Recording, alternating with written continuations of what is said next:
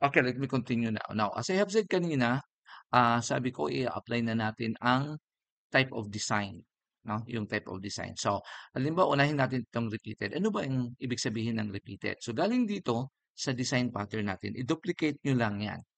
Huwag niyong aalisin ito kasi dapat nandiyan 'yan. During the contest dapat makita 'yan ng Board of Judges, makikita ito na legend, makikita itong dalawa at saka makikita ang design pattern. I-duplicate niyo lang, Control D sa keyboard, okey. Then uulitin niyo lang ito ng 4 na beses. So, ito i-duplicate niyo, tapos itabi niyo lang diyan sa side niya. Then gamitin lang sabi ko ang, arrow sa keyboard para ma-move siya slowly. Then another one, ito naman duplicate, ilagay niyo sa baba. Mapapansin niyo kung hindi siya nakadikit masyado kasi sa pagitan ng dalawang itong nasa taas at nasa baba merong space na white, 'no? So, slowly gamitin niyo lang yung up arrow, nawala na. Ibig sabihin talagang nagdikitan silang dalawa.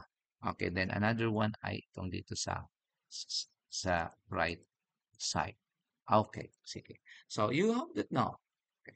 Then ang gawin niyo i-select niyo lang 'yan. Ang ginagawa ko ngayon ay I press shift, then clinic ko yung 4 na design pattern para ma-select silang lahat and group ko lang.